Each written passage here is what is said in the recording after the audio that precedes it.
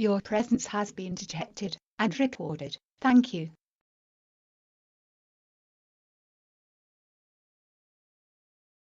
All right, everybody, welcome back to the next section here on My Random World. I'm going to introduce one of my oldest friends. Love the look. I've known him all the way back since high school. He is my brother from another mother, one of my best friends in the world, giving us the down low on Houston, Texas. Everybody say hello to Caleb. Howdy, everybody. It's great to be on the show. Well, glad to finally have you on, as much as we've talked about you here and there on the show before.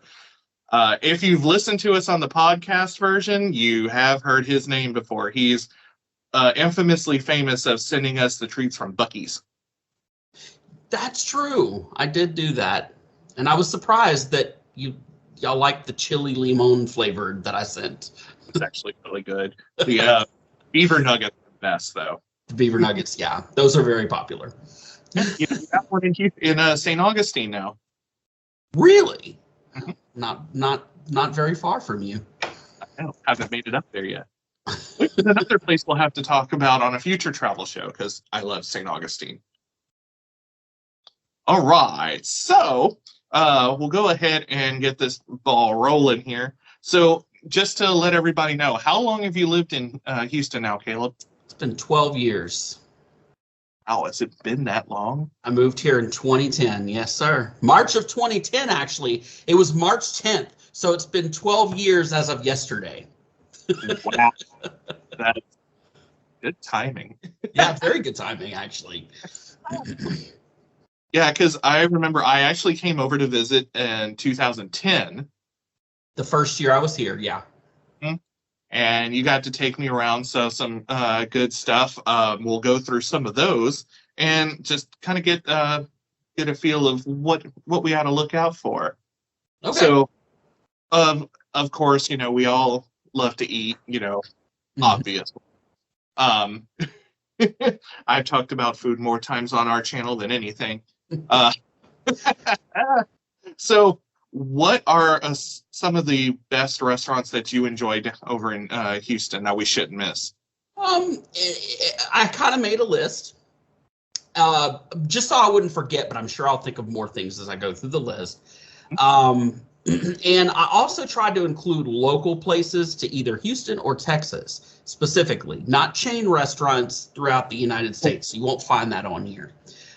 If you want a really good burger, I highly suggest Beck's Prime. Beck's Prime, they're expensive for burgers. I'll just throw that out there. But if you're here visiting the city, money should be no object. So go to Beck's Prime, get you a really good burger. I mean, they're juicy. I think they're cooked to like medium well or maybe medium almost all the time. Or they may ask you what you want. I can't remember. But when I want to treat myself, I go to Beck's Prime for burgers. Yeah, if it's good enough, hey. Yeah.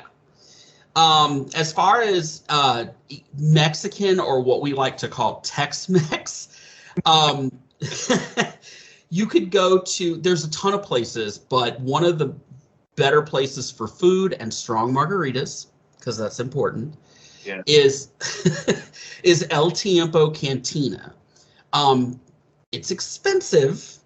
On my little list, I put $2 to $3 signs, because depending on what you buy, you could spend a lot of money. It's easy for two people to spend up to $100, but they are wonderful. And I do have a question for you, Chris, about Mexican in Orlando. When you order nachos, does it usually come like a bunch of chips and a bunch of toppings on top of the chips? Yep. Okay. Well, here in Houston, and actually in a lot of places in Texas, they don't really do nachos that way. For instance, at El Tiempo, you have the 6, the 8, or the 10. And it's basically 6 large chips. They're thicker than normal potato chips, and they're usually tortilla chips. And there's lined around a plate, and then all the toppings are like the meat, the cheese, the beans are all spread on top of the chips, And then in the middle of the plate, in the middle of the chips, you have all the toppings like the lettuce, the guac, the sour cream, the tomatoes, and all that good stuff. And it doesn't sound like much, 6, but I get the 6 and they're filling. Well, probably after you get the chips, you're just like, wow. Basically, I mean, you know, I usually, and believe it or not, brisket nachos are a big thing here. Yeah, and they are delicious. Yeah, because barbecue is big down there, and especially like brisket is quite the good meat. Yes, it really is. If you want to go a little kosher, they have Katz's New York Style Deli. I've seen that on Travel Channel. It's a great place to eat. The atmosphere is wonderful. As a matter of fact, when you go out to the bathroom, there's a piece like the side of a New York subway is part of the wall. Like a train, the side of a New York subway train is the wall. Oh, that reminds me of Wizards of Waverly Place. Oh, what, a subway? Because it has a train, and it had a train in the shop. Oh. It's funny you bring up Disney. I was actually watching That's So Raven before you called. Imagine that. And you mentioned barbecue a minute ago. If you want really good barbecue, Papa's Barbecue is probably, and actually, I'm just going to extend on that one a little bit. Papa's is a chain in Houston. They have Papa's Papa Do's, which is a seafood restaurant, really good seafood restaurant. Papa's Barbecue, which is the one I'm mentioning for the best barbecue that you can find. I usually get the brisket or the pulled pork sandwich. So good. They also make a really good burger there too. And they also have Papacitos, which is another Mexican chain or Tex-Mex chain that's really good. Huh? What's with all the Papas? I don't know. It's just a chain. Are there any mama restaurants? One other place that really needs to be mentioned is House of Pies. I think there's some places down here I think we have one down here, maybe. You might, but I want to say that the particular House of Pies that's here in Houston, there's only 2 locations. And of course, they're famous for their pies. It's nearly impossible to get pies around Christmas or Thanksgiving. Like every year around those times, the news does a spot on them where they show the lines outside from their helicopter. It's literally that big of a deal. Hi, it's June. I'd like to reserve for December. Yeah, basically. Those are some really good places. If you're in Chinatown, you should check out Pho Bin by Night for some really good pho. It's really good, but it's at nighttime. It's only open from like 3 in the afternoon till 2 a.m. So you got to go in the evening. I want pho for breakfast. Yeah, nobody wants no. Nobody wants pho for breakfast. Not at all. And those are some really good places. I had some more on my list. I'll just mention them. Brazil is a little area, is a little coffee shop with like live music. That's a really cool hangout spot. Polly's Casual Italian. They're really good. They're locally owned. There's only one location. And then of course we have Buca di Beppo, which is a really good family style. You've probably heard of them. Yeah, so they're everywhere. I wasn't going to try to mention chain restaurants, but I love Buca. I can't not mention Buca. I've never eaten there. It's really good, but when you go, you have to be ready for family style, like large dishes. But yeah, no, those are the main places I could think of. Oh, one thing I need to mention. During August, from roughly like August 6th through, I want to say September 6th, so it's a 4-week event, they have what they call Houston Restaurant Weeks. And it's a ton of restaurants that participate. And we're talking the fanciest of fancy restaurants. And what they'll do is they'll host like 4-course meals for one person for like $35. Wow. 4 courses or 3 courses for whatever. And We have that here too. We call it magical dining. okay, well, I don't know about what it does there, but specifically what the whole point of the Houston Restaurant Weeks is that a lot of the proceeds, the profits that the restaurants make, go to the Houston Food Bank. Mm-hmm. So I don't know if that's what it is like that there, but yeah, it goes to one of the charities here in Orlando. yeah, But, so awesome thing. it is. It really is. And so that's a really good way to, enjoy some of the finer restaurants without having to pay like an arm and a leg for them. Okay. So now going from places to eat, let's kind of walk that off. okay. What are some places, touristy that people shouldn't miss in Houston? Okay. Well, touristy. First of all, before I start with the touristy stuff real quick, I'll just say this. Houston is more of a, how do I put it? It's more of a business city than a tourist spot, but there are things to do here.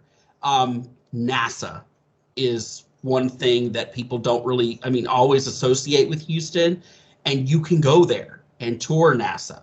And you can see the famous control room that was in the Apollo movie and Armageddon movie. And they have like interactive exhibits. They do a tram ride through the grounds. I went once, it was years ago. It was actually before I moved to Houston that I went to NASA. And they host festivals and stuff like this coming June. They have a Moon to Mars festival going on, which sounds kind of interesting. And before I get too deep into it, I just want to mention, and you know me, Chris, I've got to say this because I'm the weatherman. The best months, if you're going to visit Houston, are November and December and March and April.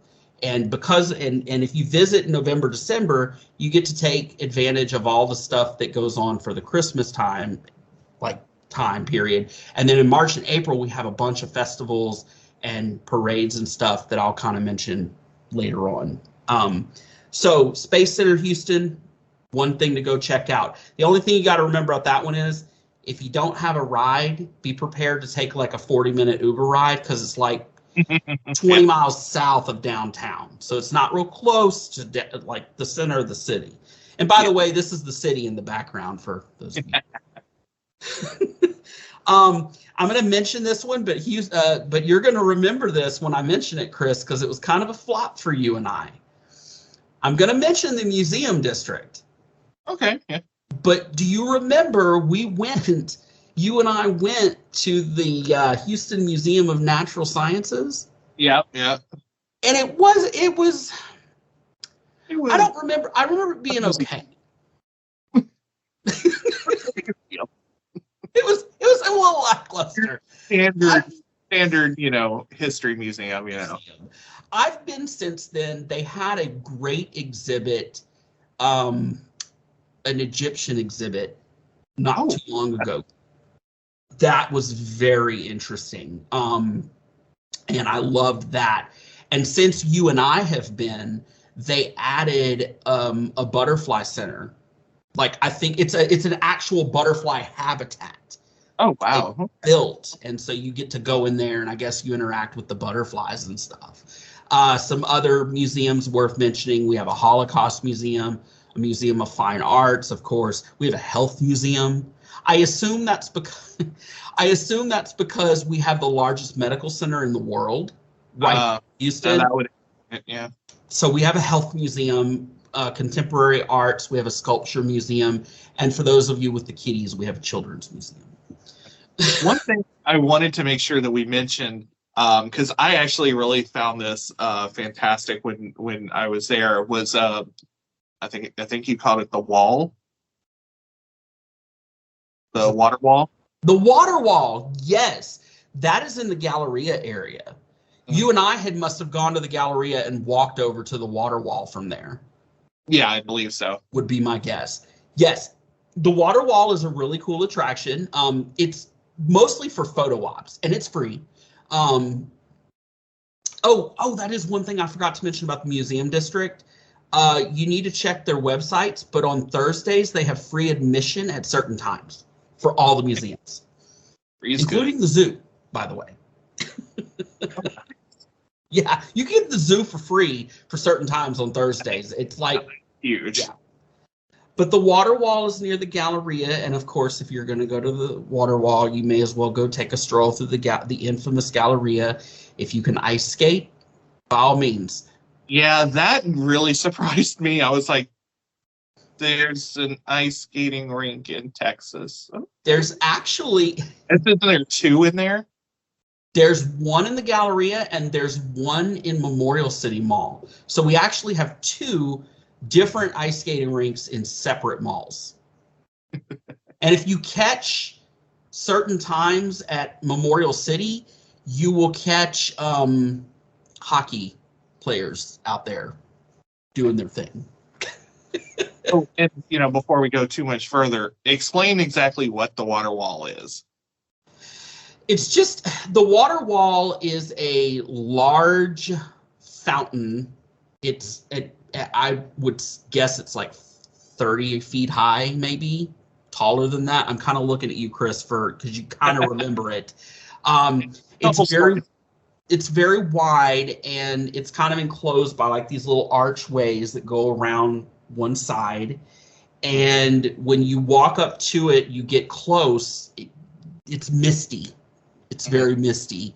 And like I said, it's a great photo opportunity if you're in the city of Houston. Most everybody goes and takes pictures by the water wall or just chills out down there.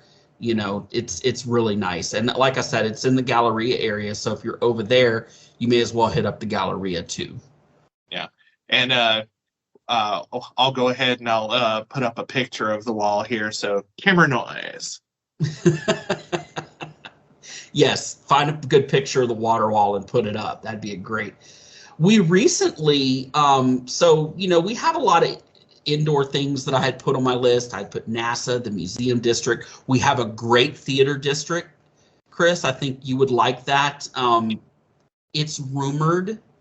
I've heard that this has never actually been verified, but then again, I've heard that it's the truth. So I'm just going to say it.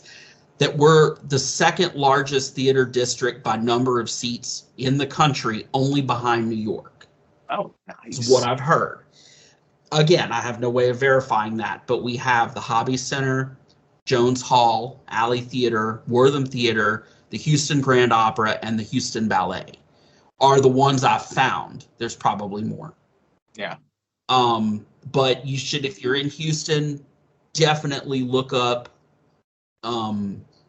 any of those things if you want to go see a show or a performance, and there's always performances happening there. Let's see. Moody Gardens. Yep.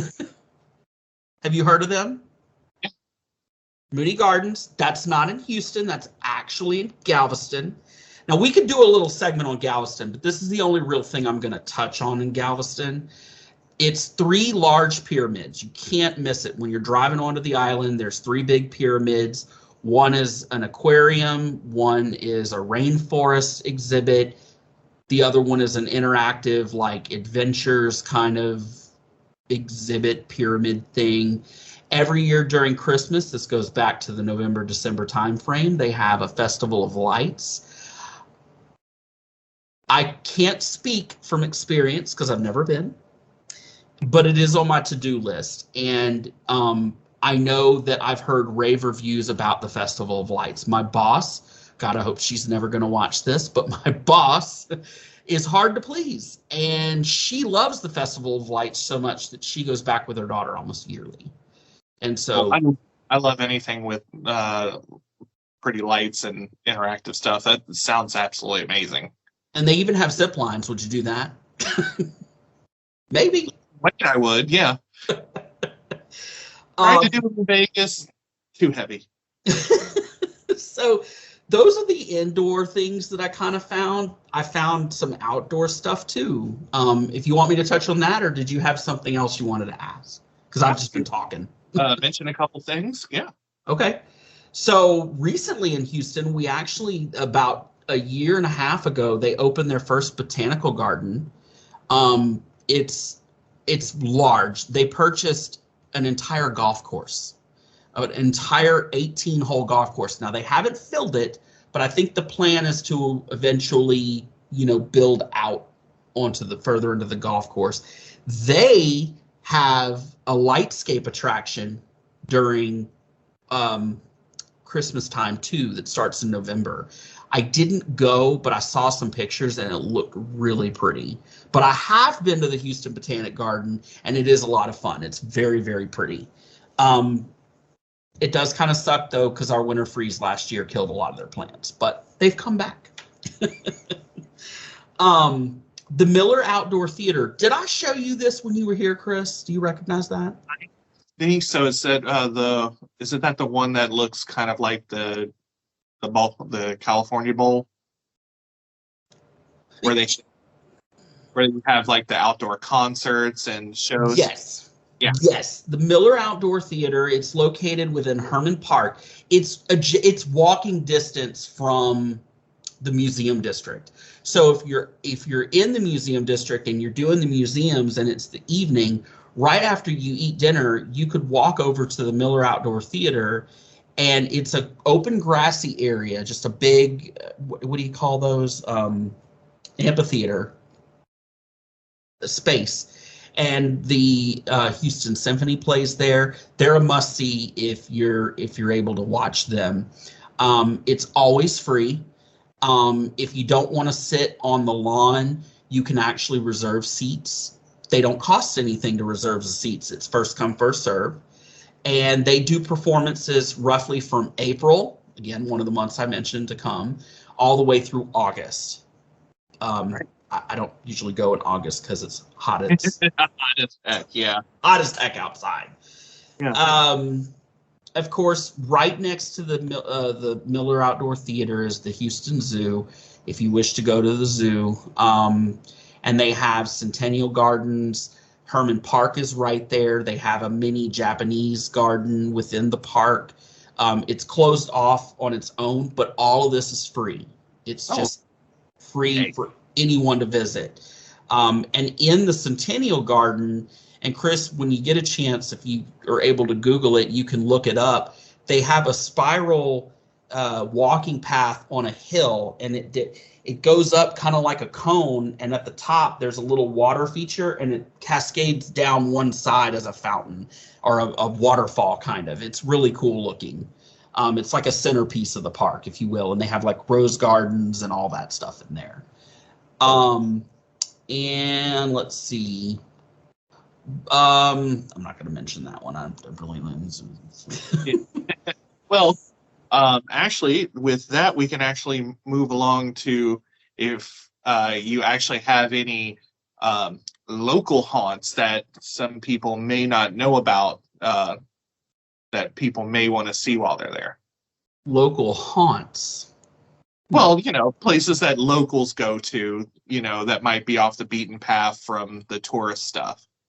It is so incredibly funny that you said off the beaten path, because I literally on my sheet put a section for off the beaten path. And literally, I swear to you, I can send you this document and I'm not editing it. You're seeing my hands. It says off the beaten path. So I actually had the water wall.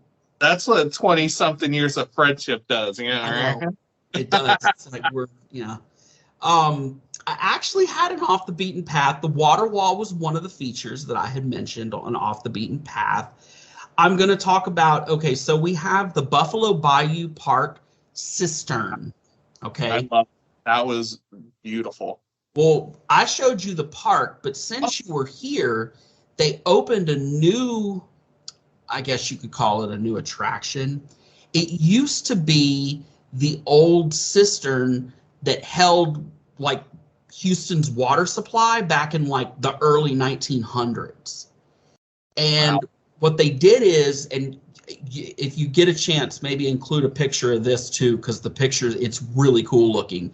It's like $6 to go in, but it's a great photo op. It's this enormous concrete structure that's underground, and it's got all of these columns that are built to support it. But when the water's drained out and you just look at these columns, in the way that they put the lighting in there, it's really cool. I've never been, but the pictures look awesome, and I really want to go. So that's off the beaten path. One of the things. Another thing is in downtown Houston. Now, when you think of the South, Chris, do you think of basements and tunnels? No. But I know where you're going with this. Yes, in Houston, they have a downtown tunnel system, and it's basically a system that interconnects most, if not all, of the downtown area. It did flood in Harvey. It flooded in Allison, but they rebuild it every time. They just clean it out. It's mostly concrete down there, and it's businesses. There's businesses down there. People can go down on their lunch break and go do their dental work, get their haircuts, and this is under all the tall buildings. So it behind me, actually, under all those buildings is a tunnel system. That was so weird when you brought me down there, and I'm like, oh, hi, wow. Did not know that was even there. That's definitely something that you would never think of as a touristy thing, but it's really cool to see. It's off the beaten path, like you said. I will mention, well, I guess I could save that for the next talk. Because I was gonna, off the beaten path, I had kind of included some festivals and stuff. Did you want me to speak on that? Oh yeah, sure. We all love festivals. You know, Epcot here, we have plenty of festivals. So we have, of course, we have a gay pride parade in June. That's it's huge. About 500,000 people show up. It takes place in downtown as well. I don't know the exact date, so and it changes because it's always on a weekend, so it always changes the exact date. But it's usually in June. It's hot, so dress to stay cool. Even though it's at night, it is a night parade. I will mention that. It usually starts, I want to say, around close to sunset. And then it goes for a couple of hours beyond nighttime. So really, it's kind of cool. We have an art car parade. That's an annual parade that happens in every April.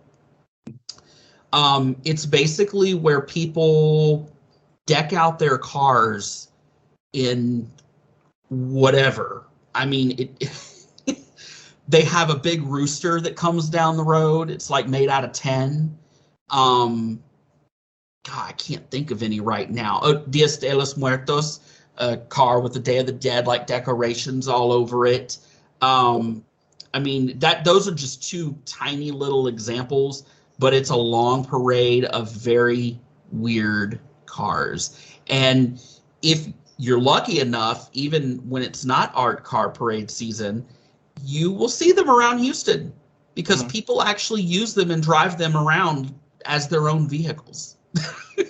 Sometimes. Not the rooster. That would be hilarious. But the Dias de los Muertos car, I've seen it throughout Houston outside of the parade. So they do use it as their own car. And right now, actually in March, and it happens for the entire month of March, they have the livestock show and rodeo. Now, it's not your typical rodeo. It's not just cowboys and, roping. It's a carnival and it's concerts. And when I say concerts, I mean, they've had Lady Gaga, Gwen Stefani, George Strait, all the big names that you can think of have been at the Houston Rodeo. And it's a carnival. If you want carnival food and all that good stuff, that's where you go. And they have a bunch of shopping there that goes on. I mean, it's a really big deal. I want to say a couple million people turn out for that every year. So, and again, it's in March. That's one of the months that I mentioned earlier to come, because that's usually when we have the best weather, temperature-wise. It's not too hot, and it's not oppressively cold. Right. So, and then if you get a chance, this is definitely off the beaten path, Chris. You might find this one kind of interesting. Earlier, I mentioned Pho Bin by Night. Okay. That is in Chinatown. And Chinatown is kind of like a district but it's not one of those usual like square districts that you see on a map.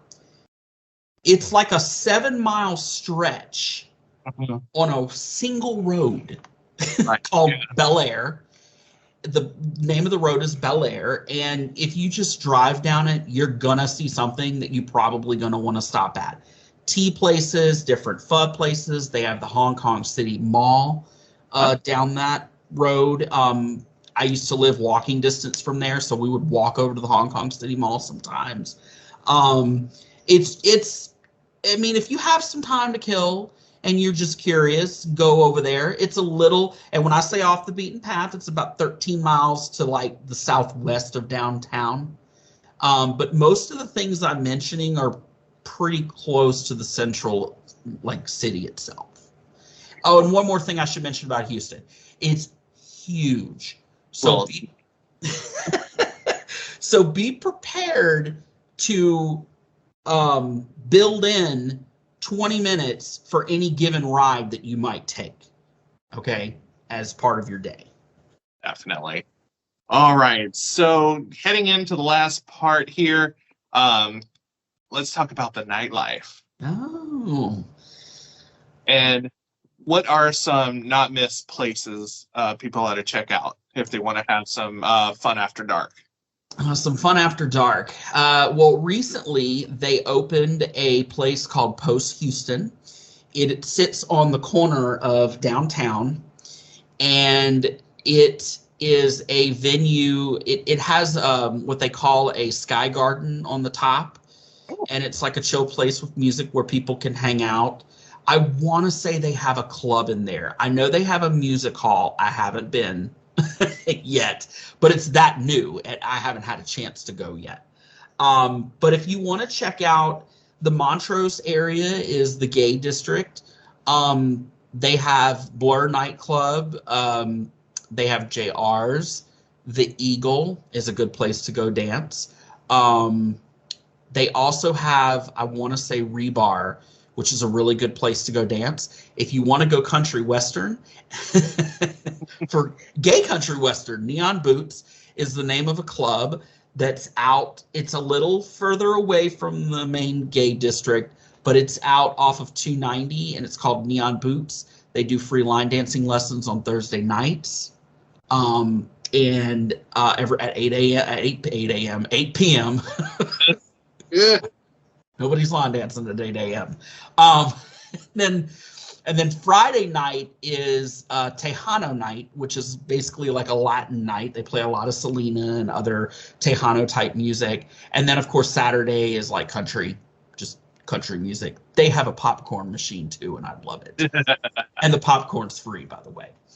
Other areas to check out. Now here's the problem. I mostly go to Montrose, but what I can tell you is the neighborhoods that I'm about to rattle off, they're, including Montrose, are all walkable. Like you can park your car and walk from club to bar to club to bar to club to bar, kind of like the French Quarter, if you will.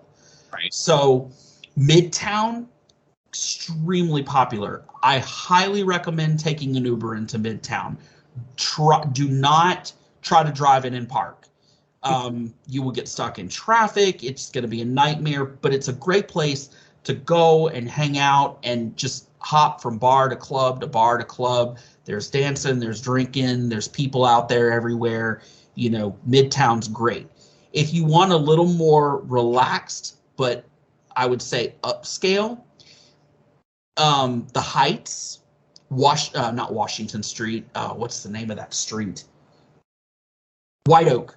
White Oak Street is a great place. Again, now that's an area that you could park in, and it's just a strip of bars, restaurants, nightclubs, and that's on north side of I-10. On the south side, directly across from that area, is Washington Avenue. Take an Uber there. I have been to places on Washington Avenue. I can't remember the name, but Washington, again, is another walkable area.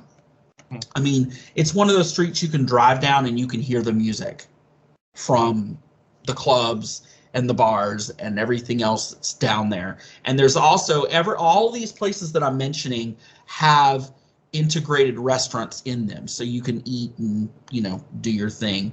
And then finally, downtown has a Main Street area that you can go to. I highly recommend, again, taking an Uber into downtown, but I will mention that in downtown, street parking is free after 6. That's a good point. After 6 o'clock, street parking is free. And then I think it's free all weekend as well, because there's no businesses that are really open in the big buildings. But Main Street downtown is a really nice. Main Street downtown and Washington Avenue are probably the two, I would say, most swanky places that you would go. So you're going to spend more money there. Midtown, you can spend some money in Midtown, but Montrose and the Heights, you could probably get away with drinking on a decent budget. Right. So. Right. Sounds great. Thank you, Caleb, for all of that. God, that was more than I thought. When I started making the list, I was like, wow, we do actually have a lot here. I just don't take advantage of it as much as I should. Yeah. Yeah, it's great to know that there's so much to do in Houston. And you said Galveston's also a great place, which is not too far away to visit as well. Yes, a lot of people don't realize it, but Houston is kind of a coastal city. Downtown is only about 50 miles from the shores of the Gulf of Mexico, which is Galveston Island, basically. And Harris County, which is the county that Houston is in, shares coast on Galveston Bay. So, which is where I didn't mention Kemah Boardwalk, but Kemah Boardwalk is like a theme park that's built on a boardwalk on Galveston Bay. It's about 25 miles southeast of downtown. That's another place that you should check out if you like theme parks. That's pretty close to NASA. So you could probably do NASA and the Kemah Boardwalk together in a single day if you wanted to. They have midway games and all that good stuff. But yeah, you're right. Galveston's not far. If you want to hit up the beach, there's a lot to do down there. You can check out the Strand, Moody Gardens. You can go to the Pleasure Pier. It's not what it sounds like. And you can go down to East Beach, kind of get you away from the crowds. Just be careful, because the road that leads to East Beach can get covered if the tide gets too high and you won't get out. So, yeah. Unless you're in a truck or a Jeep. Yeah. All right. So, well, once again, I want to thank you for stopping by and giving us the lowdown on the Lone Star State City. Well, thank you for having me. I never thought I'd make it on the channel, because you've been doing it for quite a while. But like you said, you were looking for something a little different. So this is it. All right, Caleb. Well, thanks so much. We appreciate it. Thank you. Hey guys, Future Chris here. Sorry I didn't get to record an outro with Caleb, but hope you guys enjoyed our second travel blog on the joys of Houston, Texas. If you guys liked the video series and want us to do different cities, leave a comment down below. And also make sure to like and subscribe to the channel for future updates, as we update videos every 2 weeks. And you never know what else is coming up. So from our little random world to yours, I hope you have a great day, enjoy your week, and we'll see you next time.